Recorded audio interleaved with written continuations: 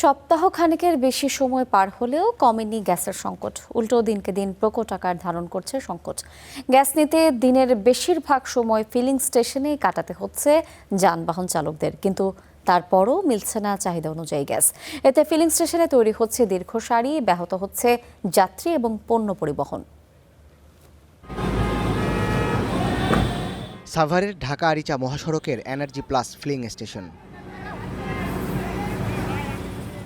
বিভিন্ন ধরনের যানবাহনের দীর্ঘ সারি, ঘন্টার পর ঘন্টা অপেক্ষা গ্যাসের জন্য।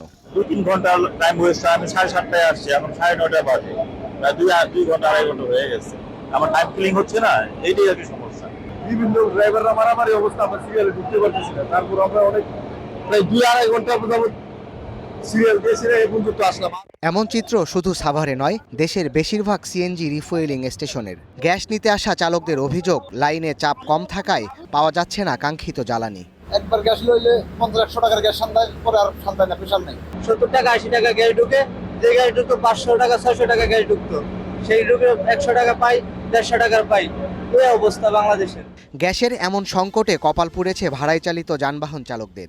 দিনের বেশিরভাগ সময় ফিলিং স্টেশনেই কেটে যাওয়ায় টান পড়েছে আয় রোজগারে। কালকে 4 ঘন্টা লাগে 120 টাকা গ্যাস পাইছি। এক টিপ মারছি 290 টাকা, পরের টিপ মারছি 300 টাকা, পরে গ্যাস নাই।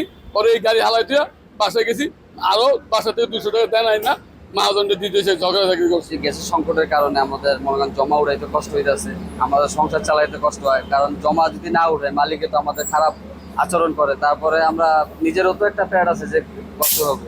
চালকদের অভিযোগ, গ্যাসের দাম বাড়ানোর পায়তারা করছে ফিলিং স্টেশনের মালিকরা। কারণ গ্যাস ঠিক মতো দেয় না, হয়তো দাম বাড়াইলো, মানুষ শুনছি 30 তারিখে গ্যাস বাড়াইবো, মানে বাড়াইবো কিনা মানে সঠিক জানি না। তবে এ নিয়ে ফিলিং স্টেশন মালিকরা ক্যামেরার সামনে কোনো কথা বলতে রাজি হননি।